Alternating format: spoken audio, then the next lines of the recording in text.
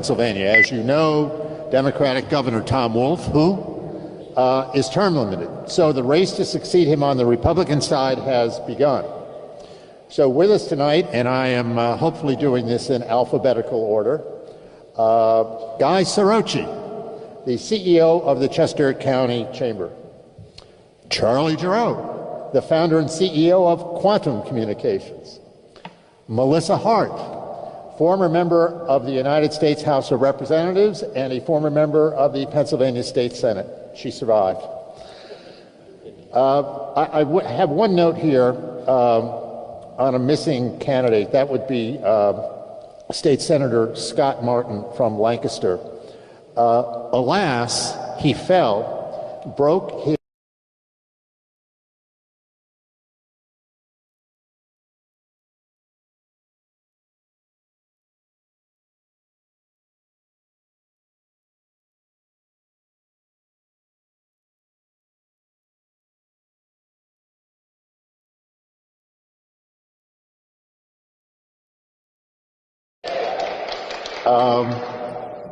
John Ventre, a retired UPS executive down there.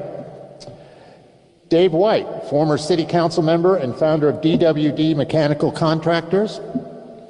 Dr. Nick Zama, who is a cardiothoracic surgeon. Have I left anybody out? I don't think so.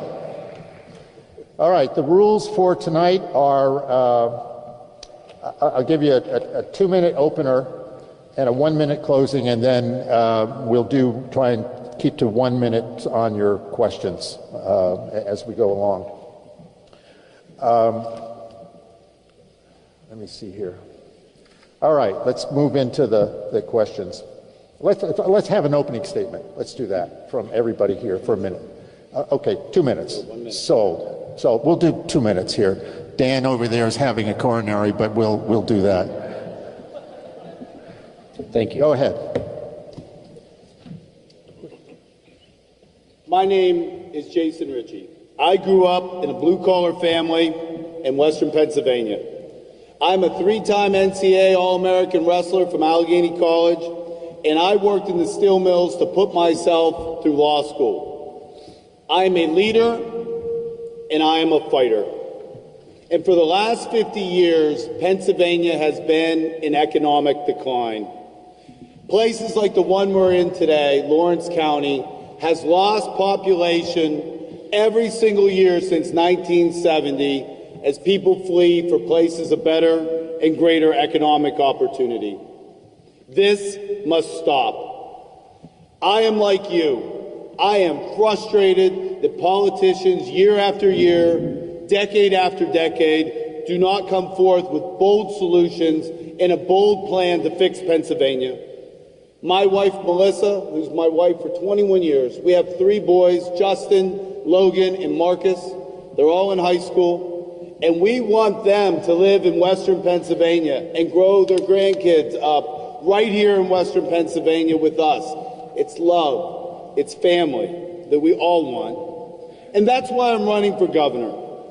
I am a political outsider, not connected to any special interest group or to some big money. I am doing this for the people, and I am standing up so that our kids and grandkids stay right here in Pennsylvania. We have developed and brought together some of the best experts in the state, and we have developed a 12-point plan called the Contract with Pennsylvania, and you can find it on my website, jasonritchie2022.com. And if we bring ourselves down to 0% income tax, unleash our manufacturing and energy capabilities, we will make Pennsylvania an economic juggernaut where our kids and grandkids will stay. Thank you very much. Charlie. I'm Charlie Giroux, and as I look across the stage and see my old friend Jeff Lord, I'm particularly happy because Jeff and I began our careers working for Ronald Reagan. And from Ronald Reagan to CPAC, where I'm currently the vice chairman, and I hope that all of you have either attended CPAC or will soon in the future when President Trump returns to our main stage, I've led the fight for individual liberty, for personal responsibility, for economic opportunity, and for prosperity for every Pennsylvanian. I'm running for governor because I believe our nation is in a battle for its heart and soul. And I believe that those battle lines run right across the Commonwealth of Pennsylvania this year.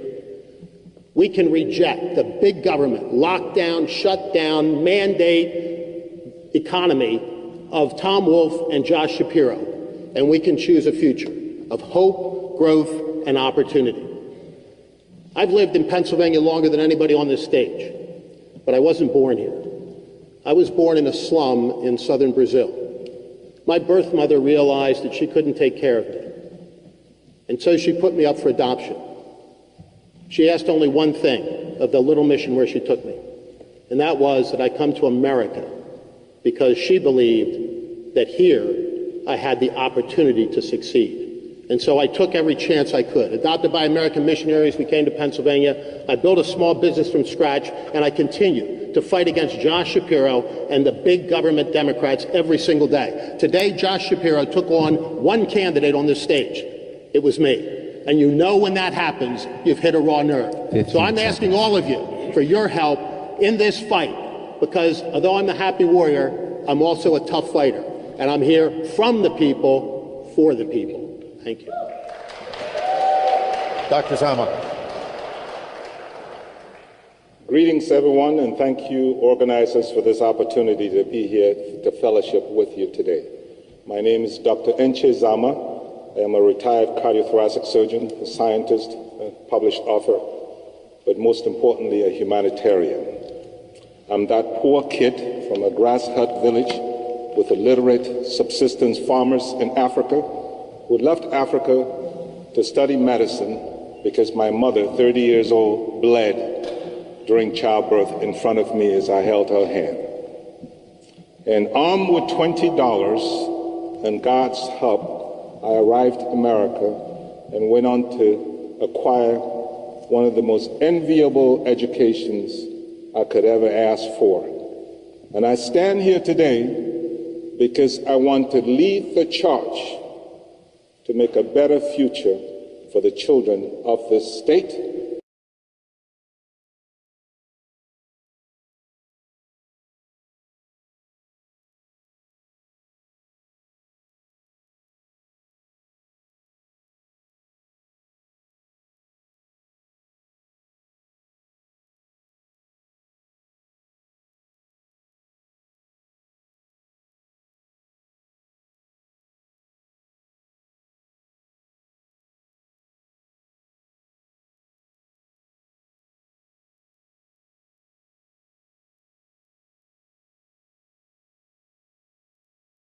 Scalpel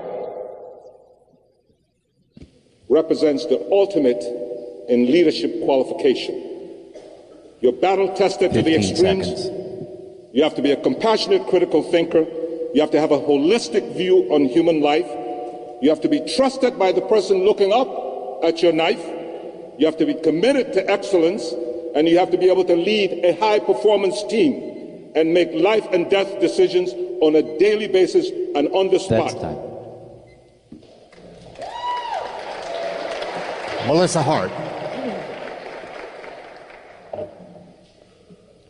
It's great to be here again in Newcastle. I'm Melissa Hart.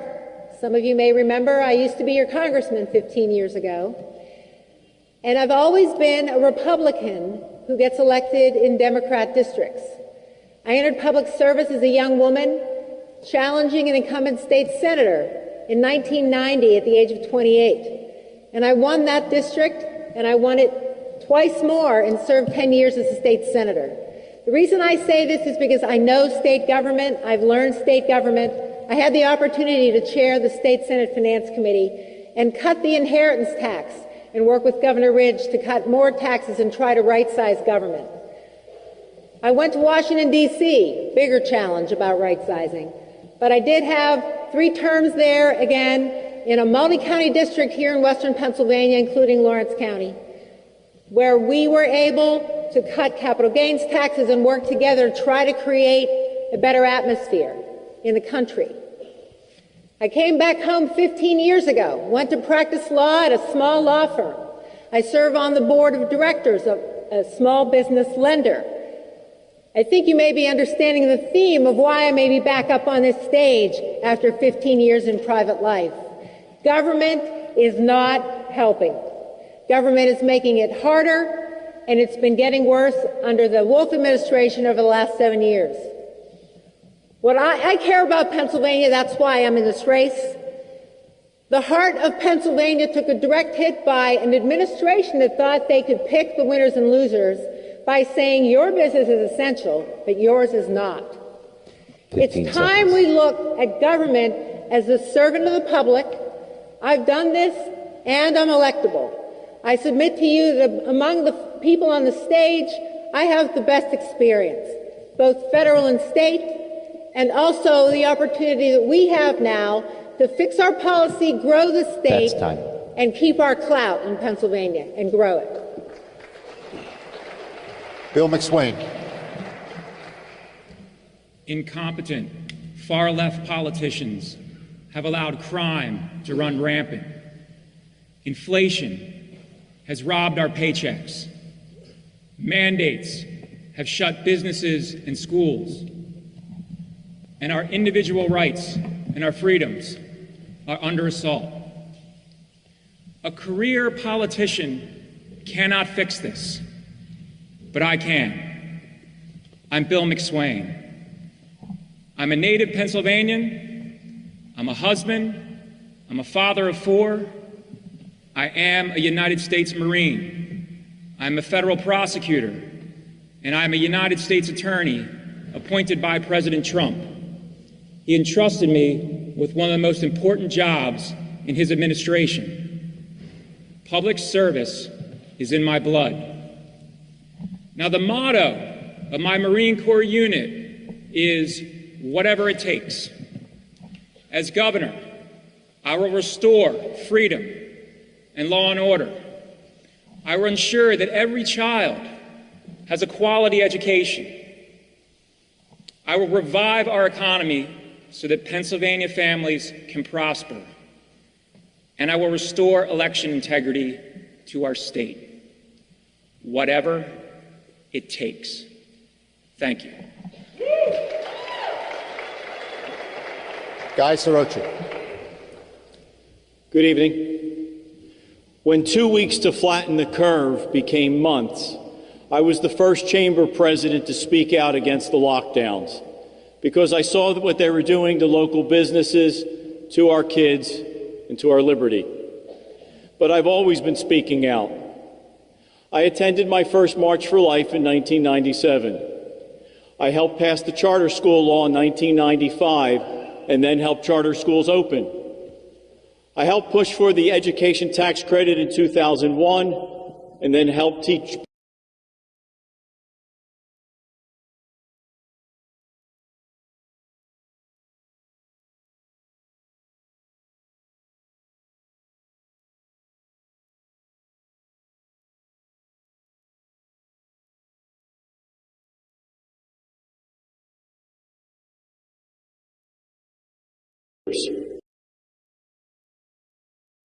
about their jobs, about inflation, about the cost of buying groceries and heating their home.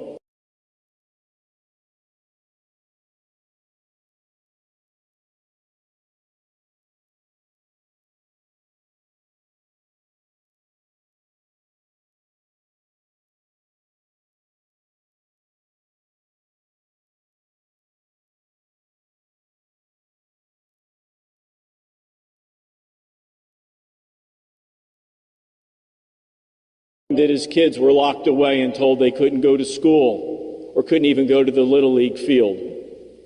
But leadership isn't just telling you about how bad things are today. 15 seconds.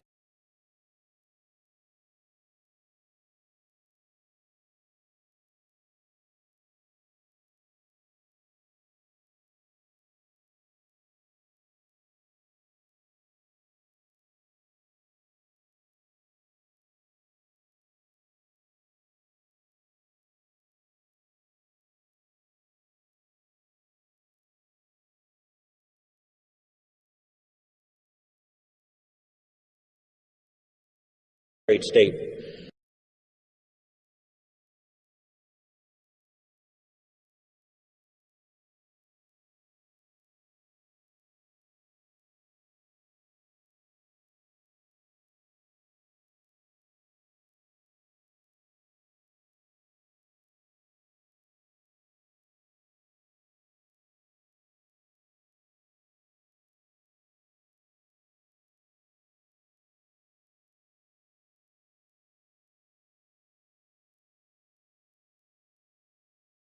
business to a $85 million a year business. That's through hard work.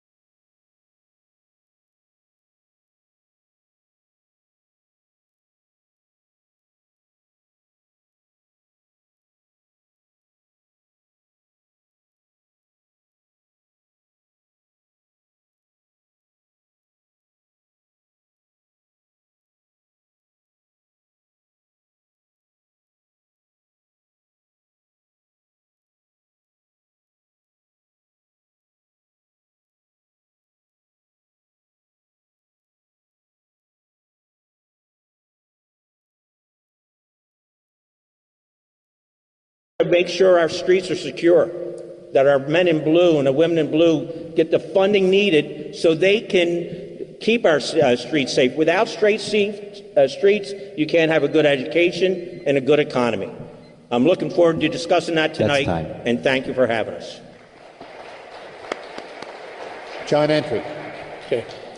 My name's John Ventry. I grew up in New York City, in the projects, and some lousy neighborhoods. I'm street smart, and my background in education is in criminal justice. I had a 35-year career with UPS. The last 26 years was as an executive. I was promoted at 29 years old in one of the worst areas of Brooklyn and Queens. I've held many different hats with them in 6 different states. I was in charge of security, so you know I'm tough on crime.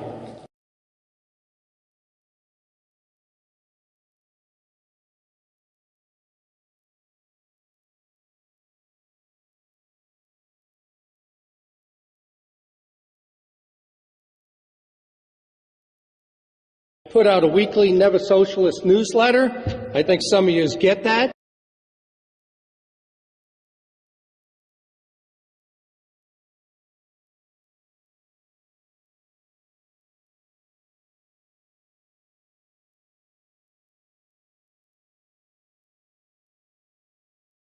Out to Asians and Hispanics to become Republicans. There's 1.5 million Asians and Hispanics in Pennsylvania. I reach out to them, and I believe I'm the only one up here with a specific website that does that. Resumes matter. My resume is full of boards and charities that I served on: juvenile diabetes, Rotary Club president, United Way, et cetera, et cetera. There's a whole bunch of them. You got to go to voteforventry.com to see them. When I retired, I spent 4 years on TV. I wrote 10 novels on 5 different topics. I had a 45-minute interview on Anderson Cooper, and I don't like him. So.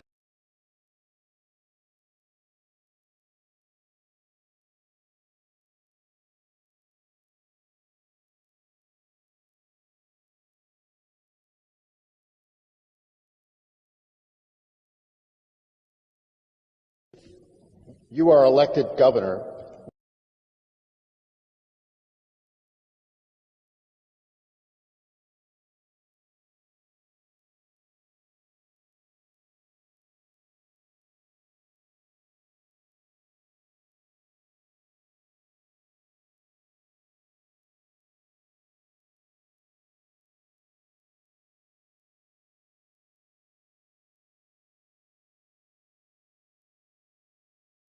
People to PA.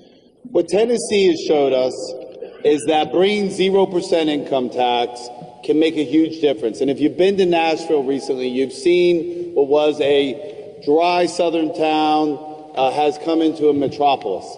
And that is because an income tax is the worst tax, because all it does is penalize people who have the audacity to get off their butt and go out and work. So if we bring Pennsylvania slowly over time to 0% income,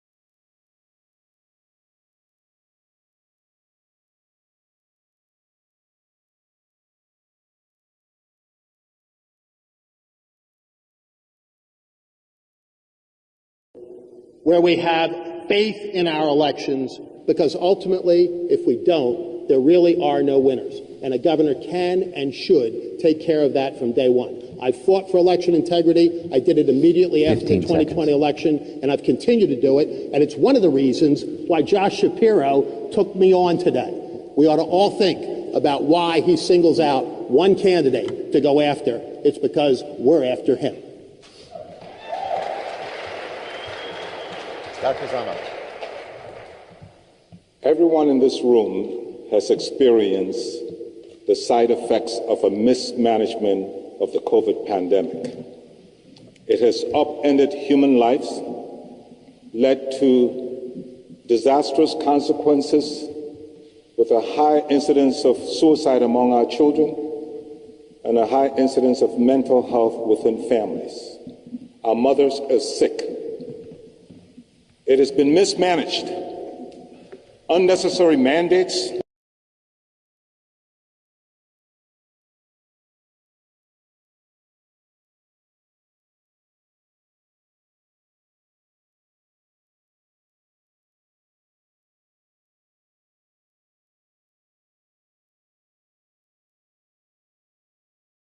and education.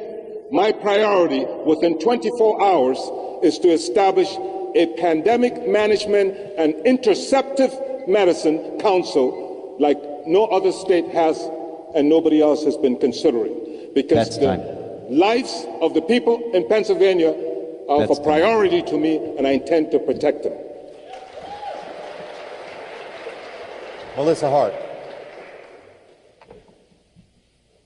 I think everybody has good ideas about what they would do on their first day.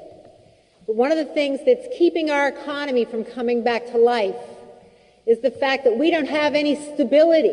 From day to day, we don't know what our state government is going to do to us. So I would place out there an agenda of making sure, number one, that our students will be in school. No more instability from one day to the next, knowing whether or not you're going to be able to go to work because your kids are going to be home on the computer, or just the fact that your kids are just being mistreated by the state, the problems with depression.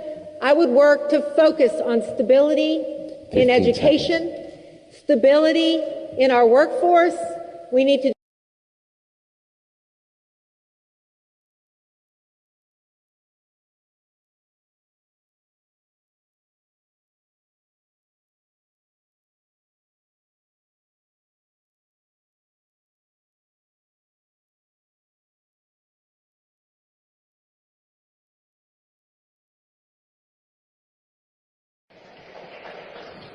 My first order of business as governor would be to call a special session of the legislature so that we can get to work fixing our state. I like Charlie's idea. I agree that we should repeal Act 77, and the people who voted for Act 77 in this race should be held accountable for that vote.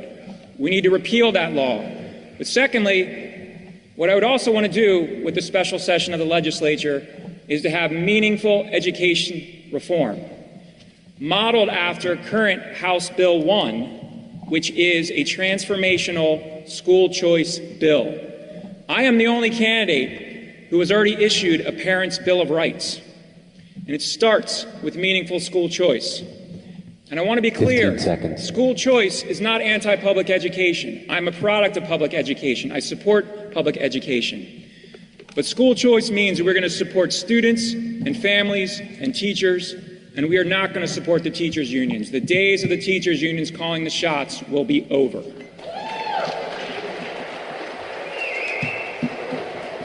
Guy Sorochi. So the first thing I would do is, if there are any mandates or lockdowns in effect, they're removed day one. But the first policy issue we have to face, you knew I would bring pictures here to Newcastle. So the first thing we would do is work on our kids. We need a rescue mission. The first thing I would ask the legislature to do is to give us a bill to help our kids. There are so many kids trapped in failing schools. Here's what we need to do. There are schools in Pennsylvania that are so poorly operated that no one on the school board would send their kid there. If there's a school in Pennsylvania where no one on the school board would send their child, that school ought to close. We need accountability. Second, there are 50,000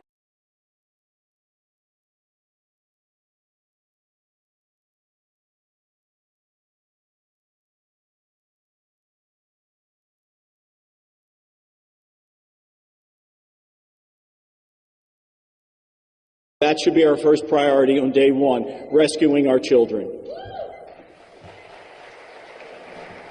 Dave White. Yeah, there's two things right off the bat I can think of, but there'll be 100 other things we need to get done. But Josh Shapiro at that time will have initiated RGGI, the Regional Green Gas Initiative. So on day one, I will sign an executive order removing Pennsylvania from RGGI so we can get our energy prop and moving forward. The second executive order will be also to remove all pay for stay-at-home workers.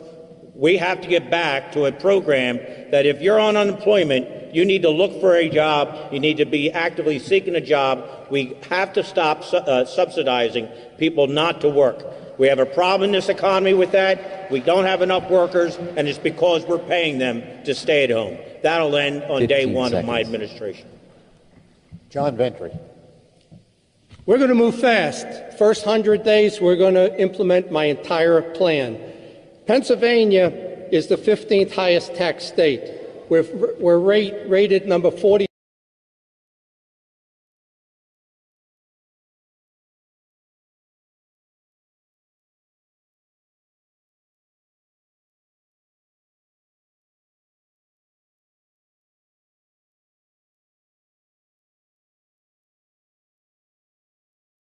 Southeast PA, 50% for the rest of the state because you're not doing as well. Everything else is going to flow from that. You have to increase your revenue first. I want to hear a sucking sound out of the Northeast as those jobs come here.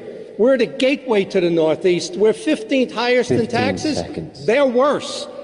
So, Pennsylvania's drive-through Pennsylvania. They don't even stop for gas because our gas tax is so high. So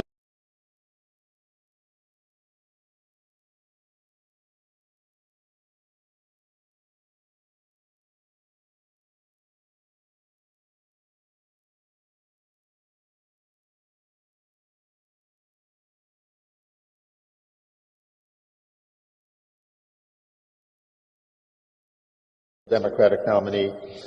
And aside from making the case for yourself, which you would do, what case would you make for not electing him? Start with Jason. 1 minute. Well, Josh Shapiro has been mentioned. He's against manufacturing. He's against energy. And I want to let all the Democrats out there know he is not for the blue-collar worker. The Republican Party is the party of the working man and woman, and that is a fact. We need to unleash our energy, something that he won't do, and my plan is to build a pipeline network to Philadelphia where we liquefy natural gas from western Pennsylvania and northeastern Pennsylvania, and we start building ships in the naval shipyard again and export it around the world to help the environment, to help our national security, create 50,000 jobs in Pennsylvania, and reduce all of our taxes. That is why it cannot be Josh Shapiro. We've got to be the champions of the blue-collar worker, and I guarantee you, Jason Ritchie, as your next governor, we will create jobs, jobs, and more jobs. Charlie Giroux. As bad as Tom Wolf has been, Josh Shapiro would be worse. If Josh Shapiro, God forbid, were to become governor, we'd be looking back at the Wolf administration as the good old days. Josh Shapiro is the guy who took on the Little Sisters of the Poor, who tried to shut down our energy industry, who was the hatchet man for Tom Wolf during the lockdowns and shutdowns, trying to take on little small businesses like the restaurants in central Pennsylvania. And he's never done a job he asked the taxpayers for. Instead, he's been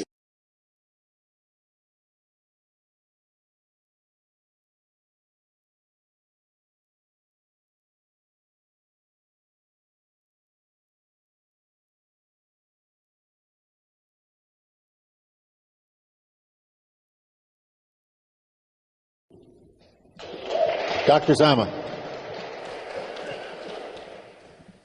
If you set low standards, expect poor outcomes. Josh Shapiro would not qualify to lead me, and I still love him. And let me explain why. I'm his ultimate nightmare, and I'm the ultimate package deal. The critical issues that are confronting the people of Pennsylvania, including our children. Education. Some may talk about it. I have built schools, and I currently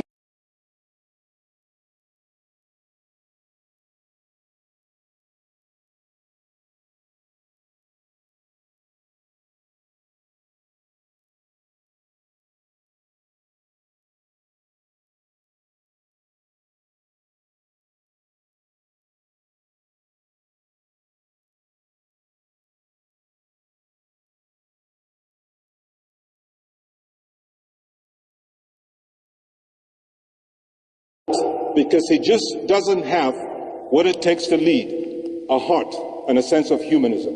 Thank you. Melissa Hart. And to that point, Josh Shapiro is not a leader. Josh Shapiro, during his public service, has proven himself to be quite the tap dancer.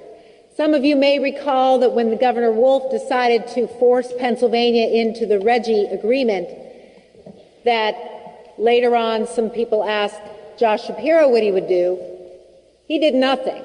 He thought it was just fine that the governor could shoehorn the state in without a vote by the General Assembly. Something as important as making us change the way we provide energy in Pennsylvania and limit the use of our natural resources.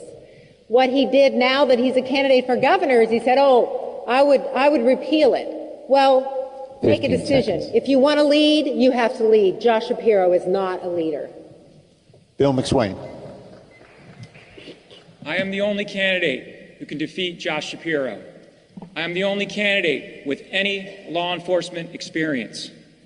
Josh Shapiro should not be governor because he has failed Pennsylvania as Attorney General.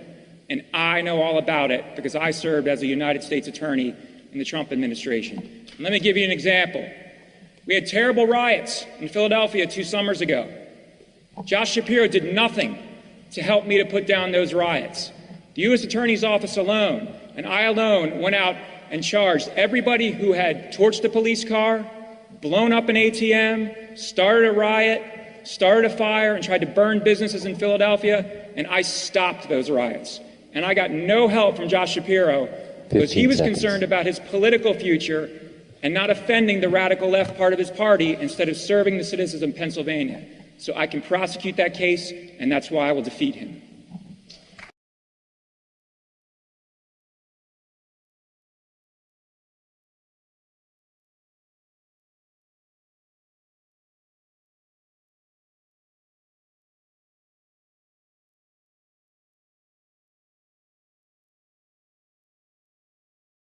Questions and tried to defeat Vote Yes that all of us worked to pass.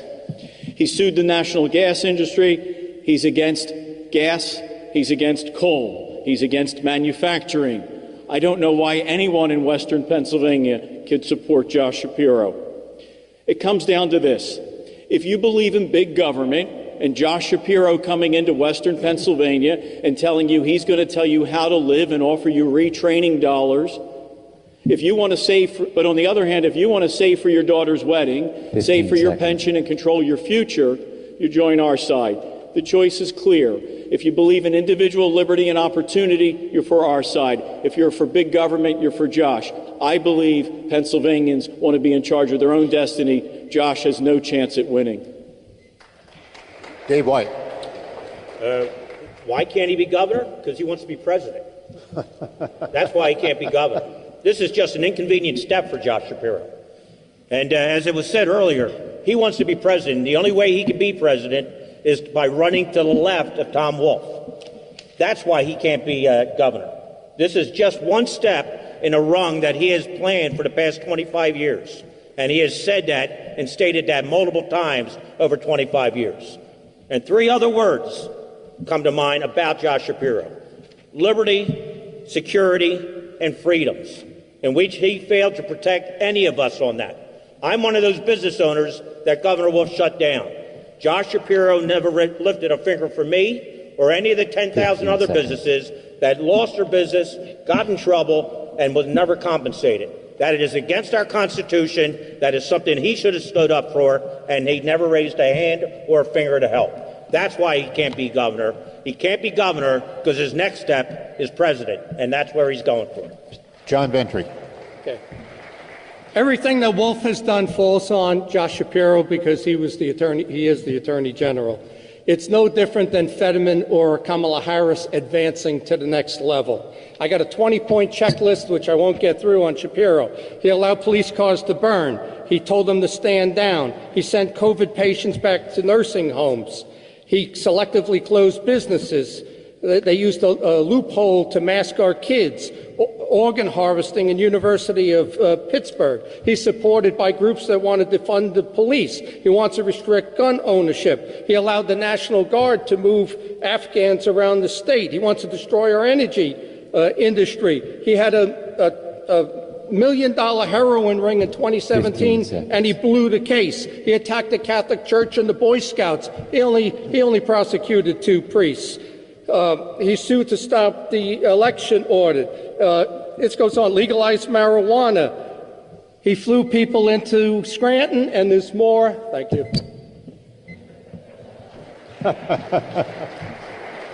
All right, let me switch to another topic which is all too familiar for all of us. In the last several years, there have been repeated incidents of voter fraud in Pennsylvania. There have been indictments and convictions for behavior in the 2016, 2015, 2014 election. In 2012, this is one of my favorites, the Philadelphia Inquirer reported after the Romney-Obama election that in 59 Philadelphia voting districts, Republican presidential nominee Mitt Romney received exactly 0 votes, a statistical impossibility. I happened to cover a press conference in October of 2008 at the Pennsylvania State Capitol, held by a retired Pennsylvania Supreme Court Justice, the Dauphin County District Attorney, and the then Pennsylvania Republican State Chairman, Rob Gleason, who said that the corrupt and now disbanded group Acorn submitted 252,595 registrations between March and October in Philadelphia, with 57,435 rejected for faulty information. Chairman Gleason said at the time, voter fraud is no longer just a Philadelphia problem. He said that it has been spread across the rest of the state. And then my favorite story here, one of my favorites, is the 1994 special election for the state Senate. And the Republican nominee, Bruce Marks, a former aide to Senator Arlen Specter, was running against a Democrat named William Stinson. The Democrat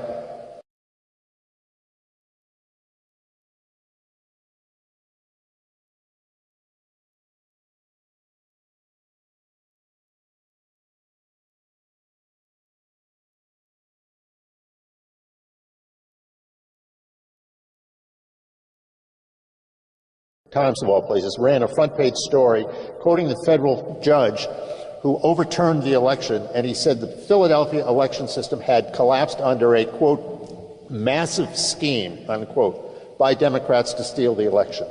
And as you all know, former President Trump believes the 2020 election was stolen. So my question, as candidates, do you have confidence in the Pennsylvania election system?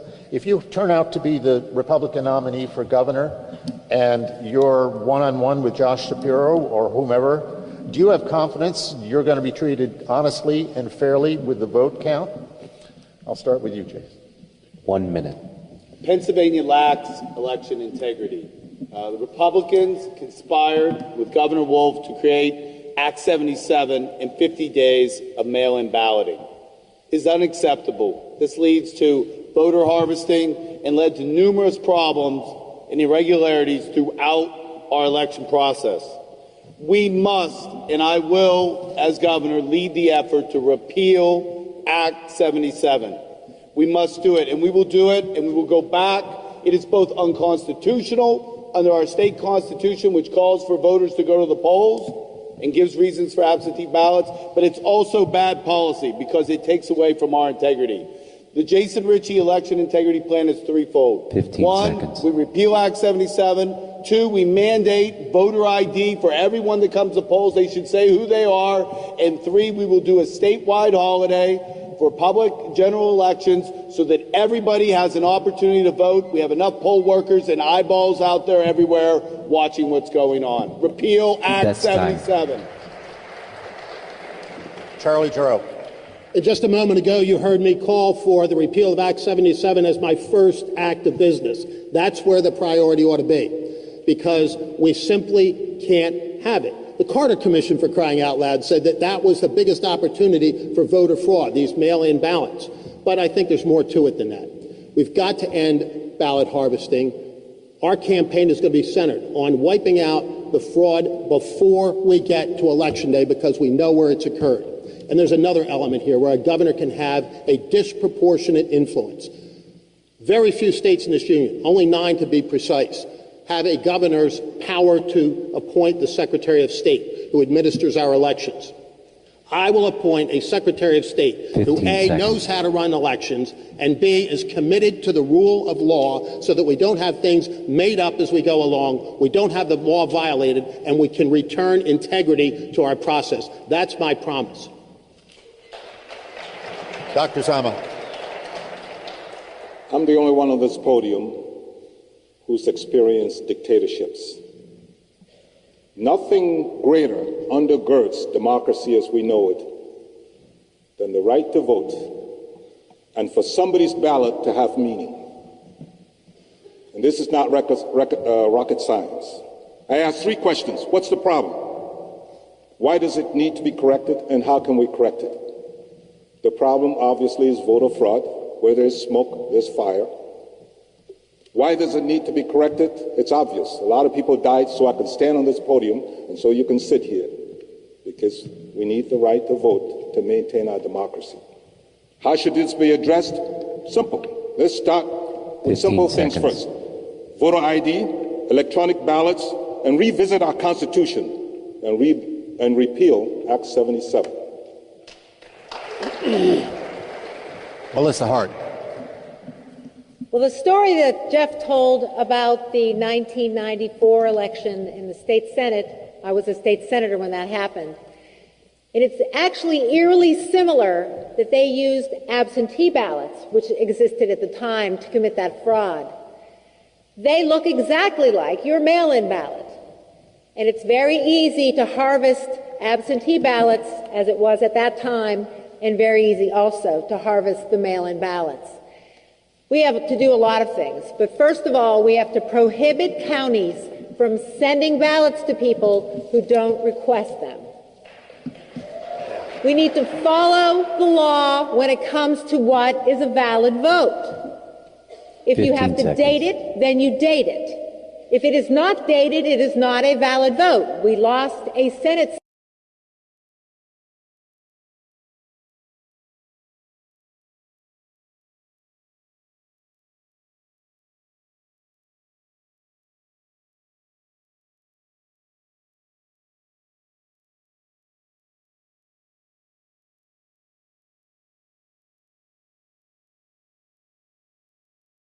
Know it because I prosecuted it as U.S. Attorney, and I'm the only candidate in this race who has prosecuted voter fraud. Let me tell you about one of my cases. It's from South Philadelphia. A judge of elections, a Democratic judge of elections, was supposed to supervise the polling place. Instead of supervising the polling place, when there was a lull in the action and there weren't voters at the polling place, he would look around. And when the coast was clear, he would go up to the machines and he would just input as many votes as he could. There's even a name for it in South Philadelphia. It's called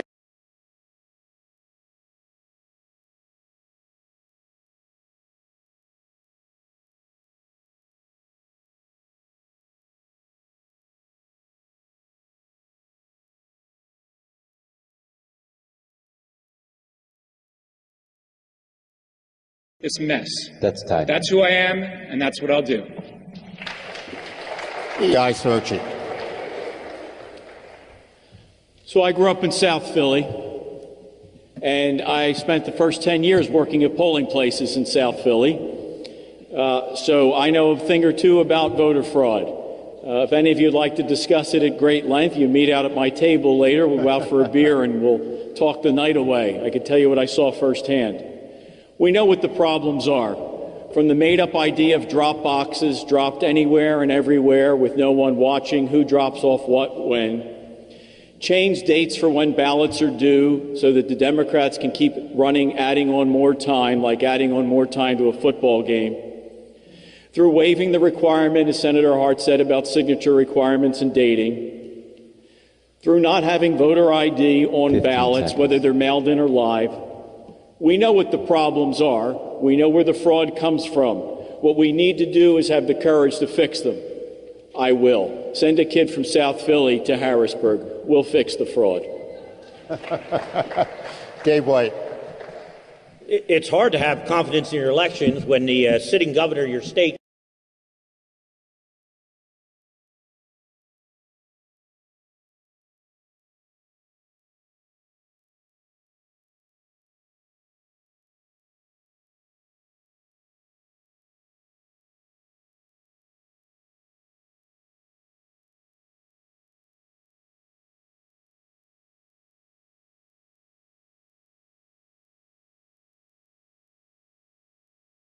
I'm a big believer, if you voted for Act 77, wrote Act 77, touted what a great election reform bill it was, you can't be the one to fix it. You have to have somebody else come in and fix it. You only get one bite of the apple, and that apple, they really screwed up the election law. They lost that election in 2020 because of Act 77. And I'm going to be the governor that fixes that with voter ID, no mail-in ballots, no drop-off boxes. We're going to get back to real elections that you will have confidence in and I will have confidence in so we can have a real democracy. John Ventry. Yeah. I'm very concerned if any of us on this stage can win this, but it's actually getting a little better.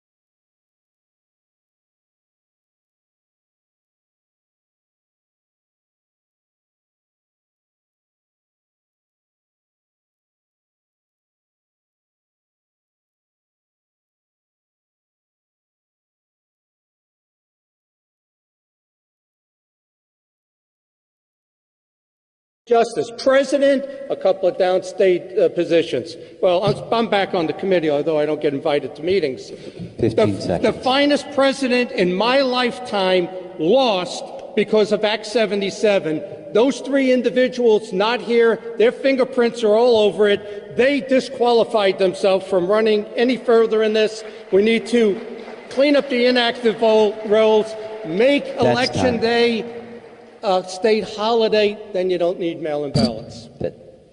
Okay, thank you. Governor Wolf vetoed the legislation. As governor, would you sign constitutional carry legislation? Jason. I am pro-Second Amendment, and I am definitely pro-Constitution.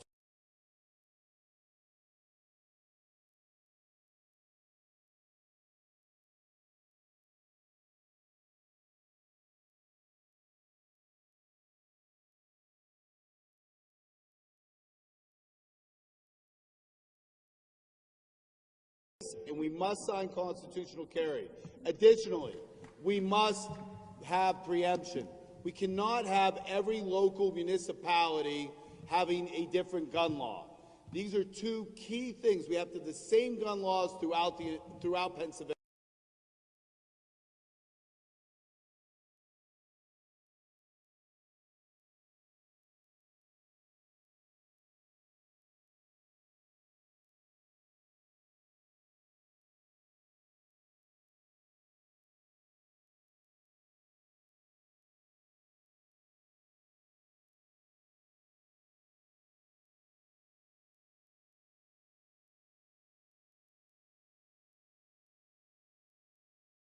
Permit to enforce our own constitutional rights. I'm a proud life member of the NRA. I'm proud to have the support of the past president of the NRA. But you know, I noticed some of my friends brought some props. And so I brought something for show and tell as well. This is my nearly 100-year-old mother. So you know I was raised right. You know she's going to hold me accountable.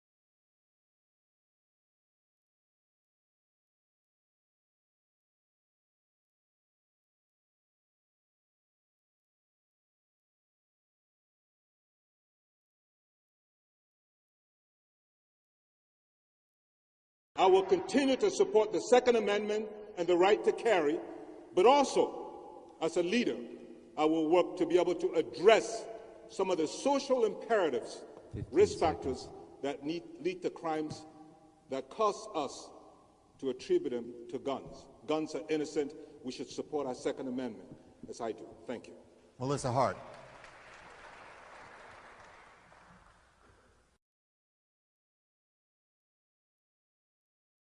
Firearm open. So if I want to carry my nice Ruger revolver out in the open, I don't need a permit. But all of these communities, like where I live, require me that if I want to put it in my purse for protection, I have to get a permit. Does any of that make any sense? Of course it doesn't. We're protected under the Second Amendment to actually have a firearm to protect ourselves, to use as we see fit as far as our families, our businesses. When I was in Washington, D.C., we actually got a majority of the House to support the ability of a business owner in Washington, D.C. to keep a firearm and use it to protect their family and their business.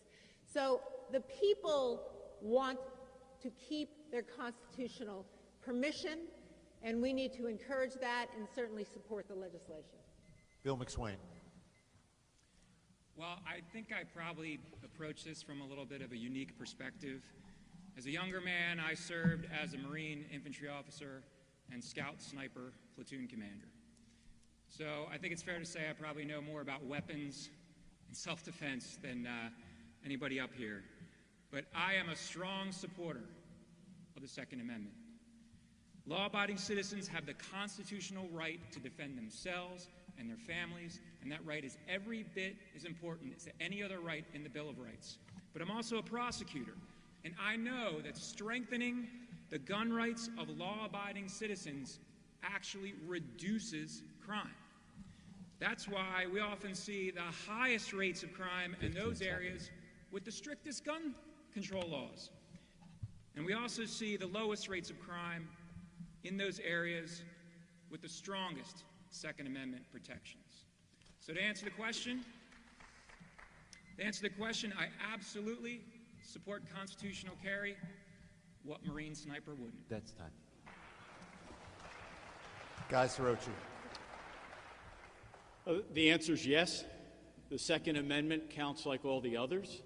I say it's like the Ten Commandments. They come as a full set. You don't get to pick and choose. We know that the reality is that many of the attacks on the Second Amendment are really a proxy fight by the left to attack our values and to grow the control of government. As a former prosecutor, me too. As a former prosecutor, we need to fight crime and prosecute criminals. We need to attack and fight back against those who commit violent crimes. That's the solution. Any attempt to use attacks on the Second Amendment to do that, or to take guns away from innocent citizens and law-abiding citizens, is politically motivated, not focused on crime. We need to support that legislation and protect ourselves from violent criminals. Dave White. I would absolutely sign it. I'd sign it day one if it came onto my desk on that quickly. Everyone has a right to defend themselves, their home, their families. And when you're asked at visiting, shopping, on the streets, you have a right to defend yourself there as well, however you want to defend yourself. Our Second Amendment rights spell that out. I don't believe you need a constitutional carry because I think it says it in our Constitution. I believe it speaks to it loud and clear. Unfortunately, we have a Supreme Court in Pennsylvania that probably doesn't read the Constitution the way I do, and that's unfortunate. So I would sign that day one to make sure you can carry your weapon, your gun, and you can have constitutional carry day one in the Dave White administration. John Ventry. When the state senators were up here, you called it an assault rifle. That's not what it's called. Okay, that's what the left calls it. Supreme Court ruled an AR is no different than a handgun. It fires at exactly the same speed.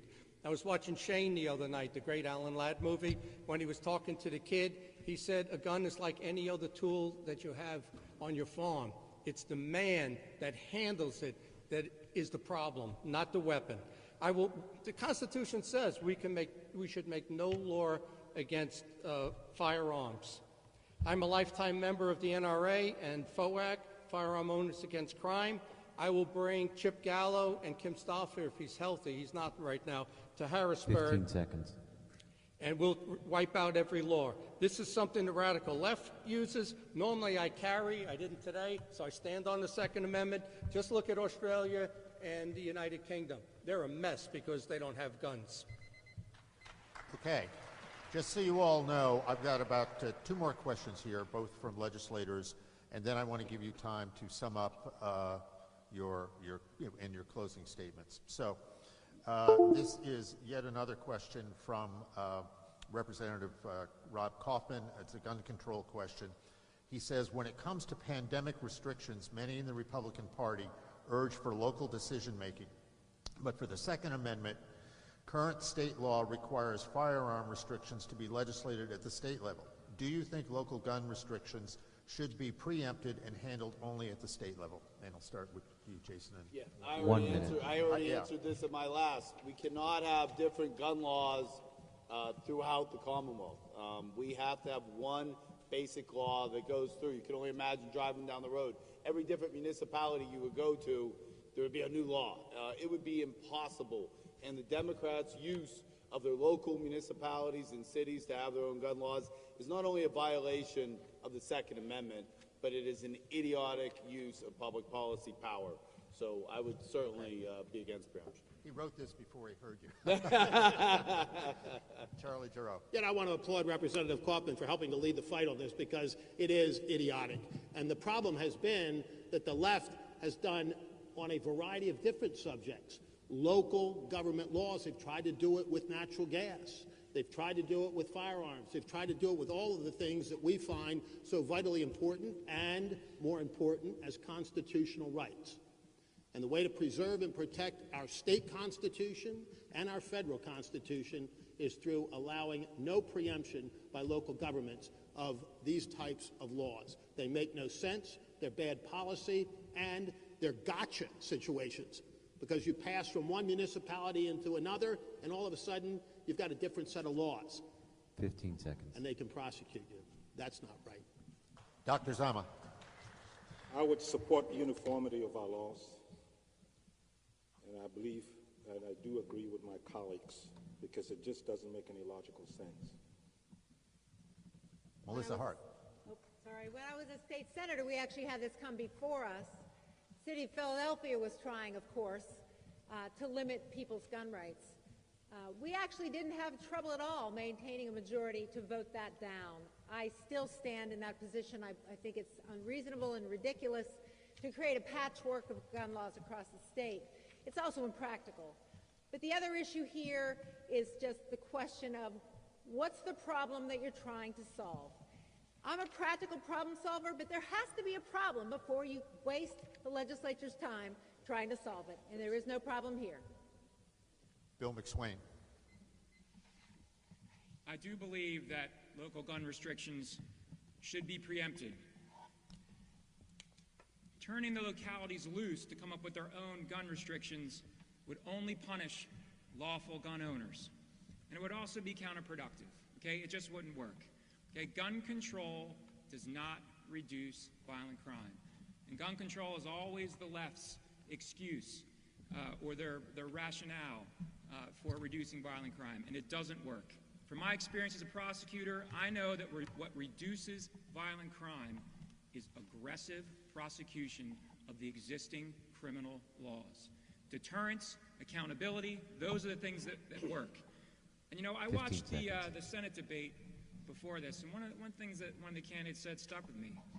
He said, we need to end the lockdowns and we need to start the lockups. And I agree. Guy Cirucci.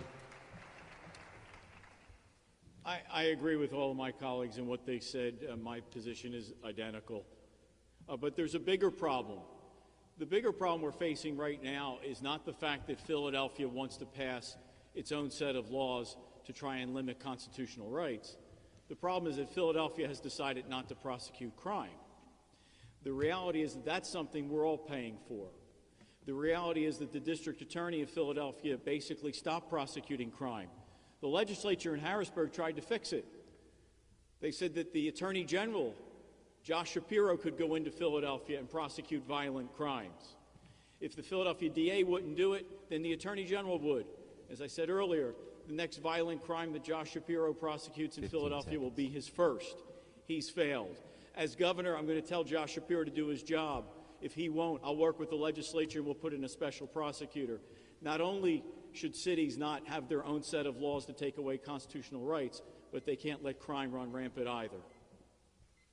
Dave White. Yeah, I absolutely agree with everyone else. There's no way that that would be feasible. It'd be similar to from Pennsylvania going to New Jersey.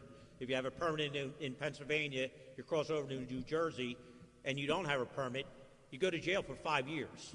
That's what happens in New Jersey. That's what would happen in Pennsylvania. So absolutely, the state laws, especially protecting the Second Amendment, will be done from the state, not at a local level. John Ventry.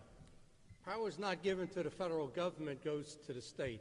That's why you see Florida and Texas being so successful fighting Joe Biden. We make no laws against guns. I said that before. Problem is our Supreme Court is afraid right now because they think they're going to pack the court. What we need is universal carry.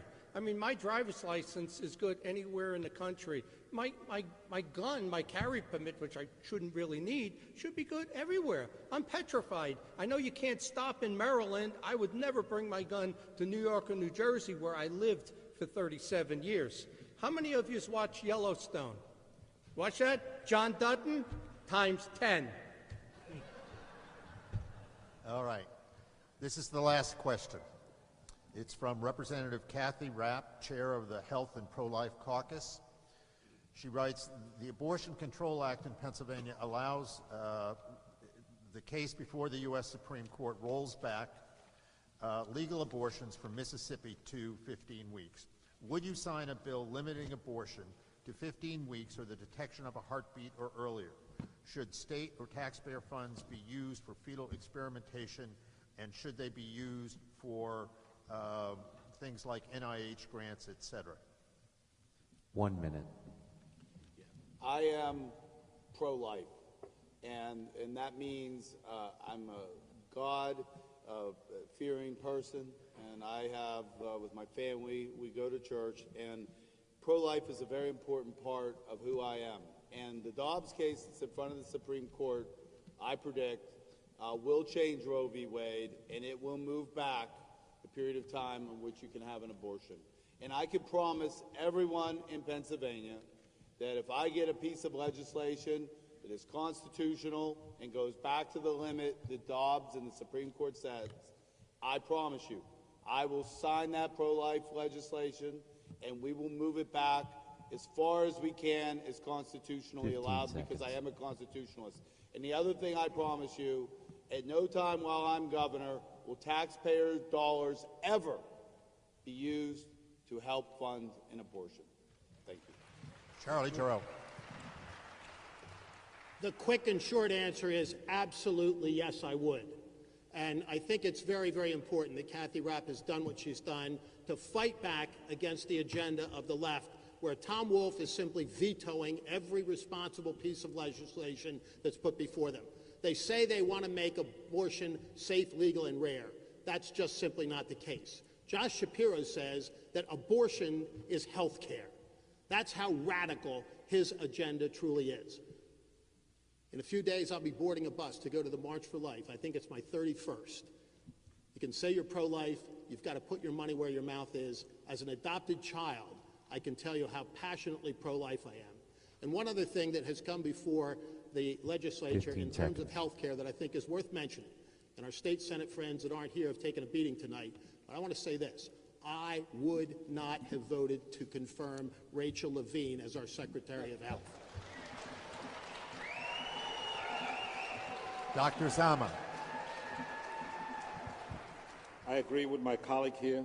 As I've often said, if you set low standards, expect poor outcomes. But most importantly, all life is precious and must be protected and cherished by everyone. And I know the abortion issue is a very contentious issue, but it shouldn't be. It's not a partisan issue. It's not Democratic or Republican. It's about human life. Human life begins the moment the sperm meets the egg.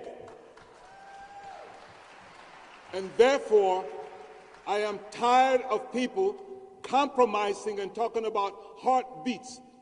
Life is a continuum. From the moment the egg meets the sperm, life begins, and it continues through teenage years to adulthood.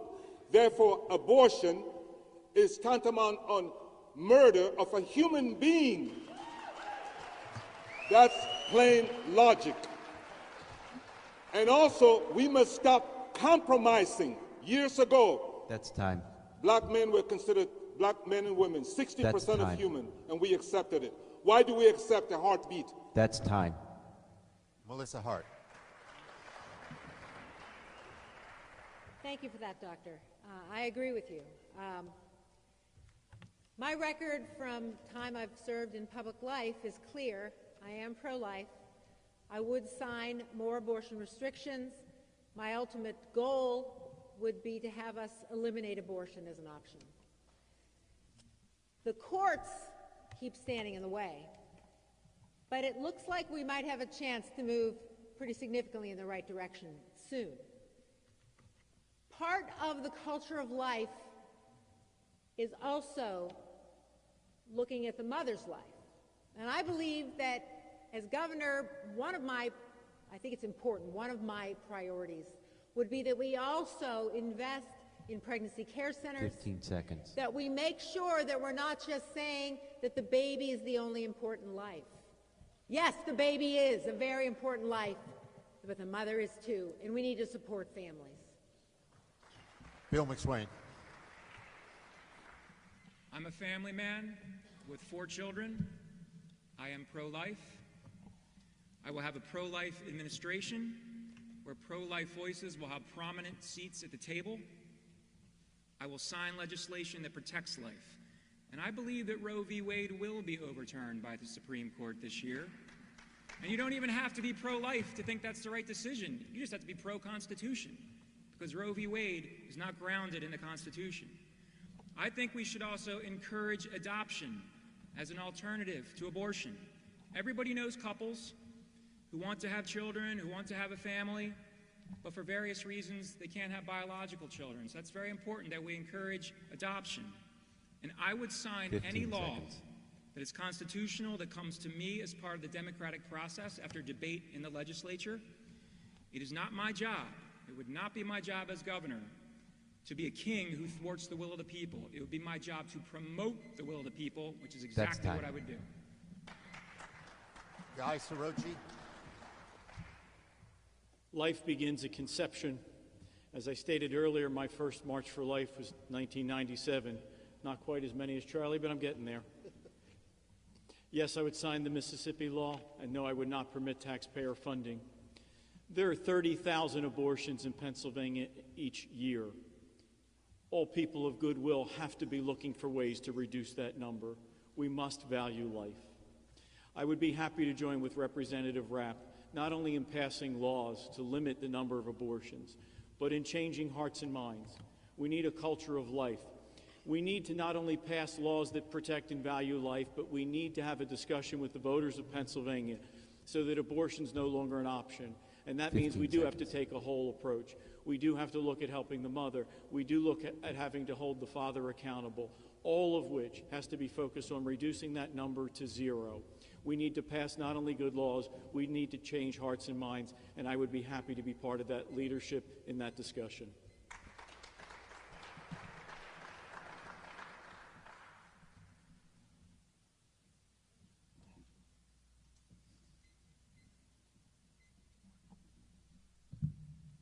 I'm sorry. Okay. Dave. Good. I'm number 9 of 14 children. And my parents taught me life is a gift. But my wife and I, my wife Debbie and myself, have 4 children. And my third child, Brian, who will be 33 this Saturday, is profoundly disabled. He has a mentality of about a 5-year-old. Can't walk, can't talk. And when he was born, I questioned, why me? Why'd this happen? Well, 33 years later, I have to tell you, I believe Brian was a gift to Debbie and I and his brother and his 2 sisters. Brian has made us better people, better husbands and wives, and better family, without a doubt. I believe life starts at conception. And anyone that doubts that should just come visit Brian. He will brighten up your day as he has brightened up my day for the past 33 years. I would sign that bill. I will not only sign it, I will advocate that throughout this whole state. John Ventry. When I ran for Westmoreland County Commissioner, I said I would tax the abortion clinics out of the county, which would have been the only power I had as commissioner. Our Supreme Court, they're afraid to act because you have a Democrat president and Congress. I believe in the law of biogenesis, which means life comes from life. Remember when you were a kid, they say, what came first, the chicken or the egg? The chicken, because God created everything whole, and then the eggs came. So at the moment of conception, that's a human being, it's not a fetus. I will again follow Texas, not 15 weeks, 6 weeks at the heartbeat, which eliminates 75% of the abortions, or 20-something thousand of the 31,000. There are 60 million abortions in America. That number equals the number of illegal immigrants into the country. Without abortion, you don't need immigrants. We have Americans born. Okay. We're now coming to the very end here. If I could ask, beginning with Jason, for a 1-minute summary and make your case. 1 minute. I grew up a blue-collar kid from Aliquippa, Pennsylvania, an old steel town, a time when people in the mills were failing, people were having a hard time finding food, and I can remember a time when my family, through our church, helped find people food. But places like Aliquippa and places like we're at today, Newcastle, are worse off now than they were 50 years ago. This must stop. We cannot, as a Republican Party, nominate another career politician or a politician that's already failed us to take on the Democrats' career politician, Josh Shapiro. That would be foolish. I offer you something new, something novel, a political outsider from Western Pennsylvania that has a 12-point plan on how to turn this state around. With 0% income tax, unleashing our energy, repeal Act 77, school choice, and providing property tax relief to our seniors from the school tax that takes too many seniors, it takes our homes away. I ask you, support Jason Ritchie, pro-life, pro-Second Amendment, and we'll support our police. Thank you very much. Charlie Giroux. I'm running for governor because year after year, I've heard the same tired promises that you've heard and watched as we've gotten no results. We haven't seen an elimination of our property taxes. We haven't even seen a decrease in the mandates that have come down the road our way. And so I want to change fundamentally the way state government does business, not just the people, but the systems. And so I'm promoting a constitutional amendment that would get each and every one of us, we the people, the right to recall and remove from office any governor that thinks he or she is a king. I want to see us get term limits for our legislature. I want to see us have ballot initiatives for we the people, and I will be a governor that will listen. I've given out my personal cell number across this state. I'll give it to you again tonight. 15 it's seconds. 877-8194. If Virginia did it last fall, we will do it here in Pennsylvania this fall. I'll lead the fight. I ask you to join me. Dr. Zama. This election is about the future of our children and the future of the world. Last summer in Perry County, at a vineyard event, a little girl I will call Sarah inspired me with a very compassionate plea. Dr. Zama, when you become governor, can you please fix the road near our house? The question we must ask is, how long must we continue to elect the same politicians and expect a different outcome? How long must we continue to accept anything less than excellence from every part of our state government? How long must we continue to embrace the vanity of small thinking and the lure of mediocrity? If you set low standards, expect poor outcomes. Now, let me tell you that out of our 6 or 7 counties, there are many Sarahs. And allow me to paraphrase the words of our famous, celebrated, iconic poet, Bob Dylan. How many times must a man turn his head and pretend like he just can't see? My people, now is the time for a new kind of leadership, a compassionate, critical thinker. Now is the time. Melissa Hart. Pennsylvania has a lot of problems. We know that our population isn't growing. We know that we're losing clout. We know that no one's coming here to start a new business. And those who've been here are struggling to keep it going. We need common sense in Pennsylvania. I have the background and understand the way state government works. I also understand how federal government works and how important it is that those two work to the benefit of the people of Pennsylvania.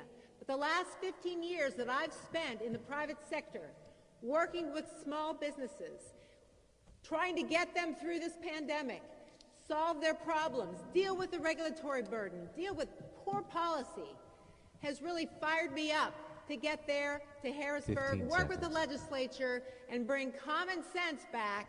That's what's going to help us grow, and that's what we need in government. Bill McSwain. Before you put me on the clock, would everybody please join me in thanking Jeff Lord and Lynn Ryan and the Lawrence County Republican Committee for putting on tonight's debate.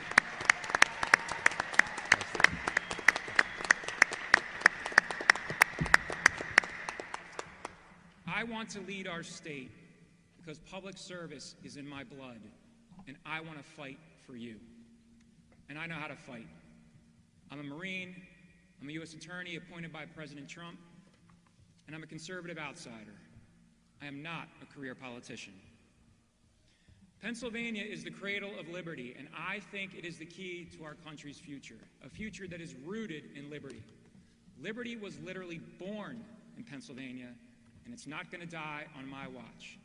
I will get the government off of your back, which will allow you and your families to prosper and thrive, which I think is your God-given right. And my friends, we are only one election away for putting Pennsylvania on a better path, a path where our streets are safe, our children are educated, and our economy is thriving. Let's embrace that future together. I'm Bill McSwain. I ask you for your support on May 17th. God bless you. God bless Pennsylvania. Guy Cirucci. So as we conclude, as I've done in other places, I'm motivated by my softball girls, now 12 years old. We must look at this election through their future. The two biggest challenges facing us are our economy and the challenges in education. We need to reopen and grow our economy using our assets here in Pennsylvania, like energy. We need to bring about school choice and put parents in charge so that they can speak their mind and move their kids where they need to be, so that schools are accountable. We need to restore our liberty so that we have the opportunity to control our destiny, not to be decided by government. If we focus on those issues, Josh Shapiro will be on the defensive and will win.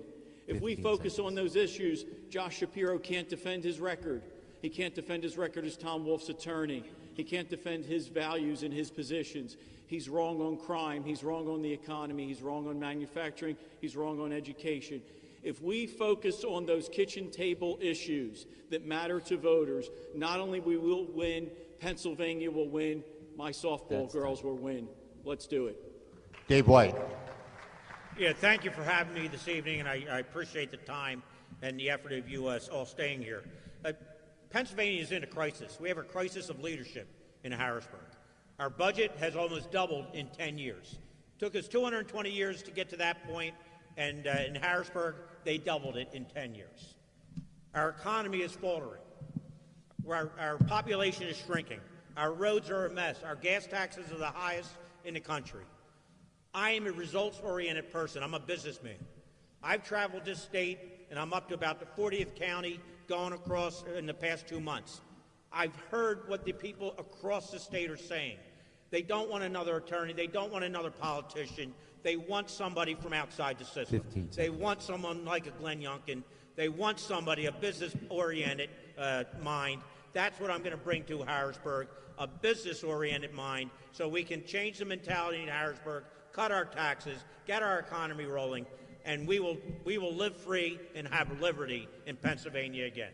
Thank you very much for having us. John Ventry. I'm an original Tea Party patriot. I signed up in Bushy Run.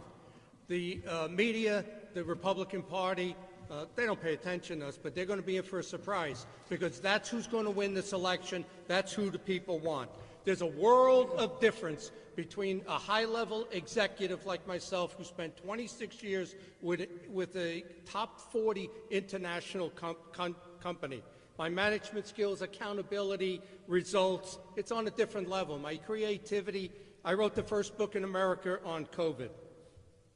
Our way of life in America is under attack. But, you know, when they went after the Betsy Ross sneakers, I looked at the $1 bill. Top right, Betsy Ross flag. It says E pluribus unum, from many one. We're not teaching critical race theory and hateful CRT. We're going to teach creation science in school. Let the kids decide if that's true or evolution. Do a gut check. Who do you think is going to do what they say they're going to do? I'm an executive for an executive position. Thank you. Thank you. First of all, I want to thank the candidates. I don't think people on occasion have any idea of all the hard work you have to do what you're doing, and we are appreciative of your doing it. And then I'd like to thank the audience. Thank Lynn Ryan and thank the Lawrence County Republican Party, but thank all of you. This is how America works, and you showed up. Thanks.